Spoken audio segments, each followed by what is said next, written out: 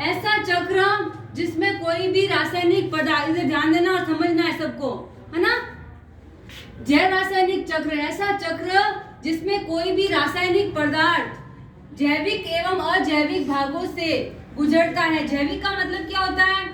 जीवित घटक। क्या होता है जैविक का मतलब? जीवित घटक। और अजैविक का मतलब होता है मृत, जो हाँ भागों से होकर गुजरता तथा एक चक्र का निर्माण करता है, उसे हम क्या कहते हैं? जैव रासायनिक चक्र। मतलब कि जीवित एवं निर्जीव घटकों से जो है ये चक्र गुजरता है, उसको हम कहेंगे जैव रासायनिक चक्र।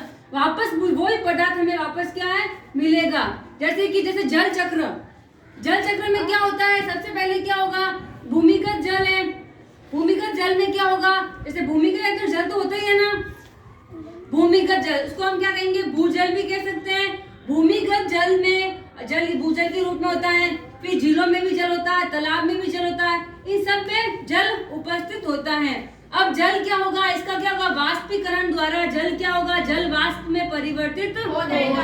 वाष्पीकरण द्वारा क्या होगा? वाष्पीकरण से जल जो है जल वाष्प में परिवर्तित होगा, हमने पढ़ा है ना। और वाष्पोत्सर्जन, पत्तियों में वाष्पोत्सर्जन होता है ना, पेड़ पौधों में क्या होता है? वाष्पोत्सर्जन की क्रिया होती है, पढ़ा है ना आपने। इसमें भी क्या होता है? जल जो है वो जल वाष्पोत्सर्जन की क्रिया द्वारा क्या होता है? जल वाष्प बनता है। भाई यहाँ पे क्या हुआ? पानी का तो वाष्पोत्सर्जन हुआ, जल सीधे ही क्या है? जल वाष्प में परिवर्तित हुआ। इसमें क्या हुआ? इसमें भी जल वाष्प ही बनेगा, परंतु क्या होगा? वाष्पोत्सर्जन की क्रिया से जल वाष्प में परिवर्तित होगा। क्या हुआ भाई? पत्तियों में जैसे पेड़ पौधे हैं उनमें जल उपस्थित है ना, उनमें क्या होगा? वाष्पोत्सर्जन की क्रिया होगी, जल जो है वो जल वाष्प में परिवर्तित होगा। किस क्रिया द्वारा? वाष्पोत्सर्जन द्वारा। और इसमें नदी द्वारा जो जल वाष्प बनेगा वो किस क्रिया द्वारा होगा? वाष्पीकरण द्वारा, है ना। फिर जल वाष्प बना, जल वाष्प के बाद में अब ये क्रिया किस उपस्थिति में? सूर्य की उपस्थिति में होगा ना। सूर्य के प्रकाश द्वारा जल जो है जल वाष्प में परिवर्तित होगा। जल वाष्प बन गया। अब जल वाष्प बन के क्या होगा? ऊपर वायु द्वारा ऊपर की ओर जाएगा वातावरण में, वहां पर क्या होगा? ऊपर संघनन होगा, आस पास आएंगे जल, जो भी वाष्प बना है वो क्या होगा? संघनन होगा, मतलब कि इकट्ठा होगा एक स्थान पर। फिर क्या होगा?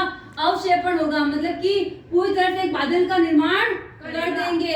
अब बादल के द्वारा क्या होंगे? आपस में बादल एक दूसरे टकराएंगे और टकरा कर क्या करेंगे? वर्षा के रूप में या ओलों के रूप में वापस भूमिगत जल में परिवर्तित हो जाएंगे। ओलो मतलब घोड़ा? हाँ, ओले मतलब पड़ते हैं ना,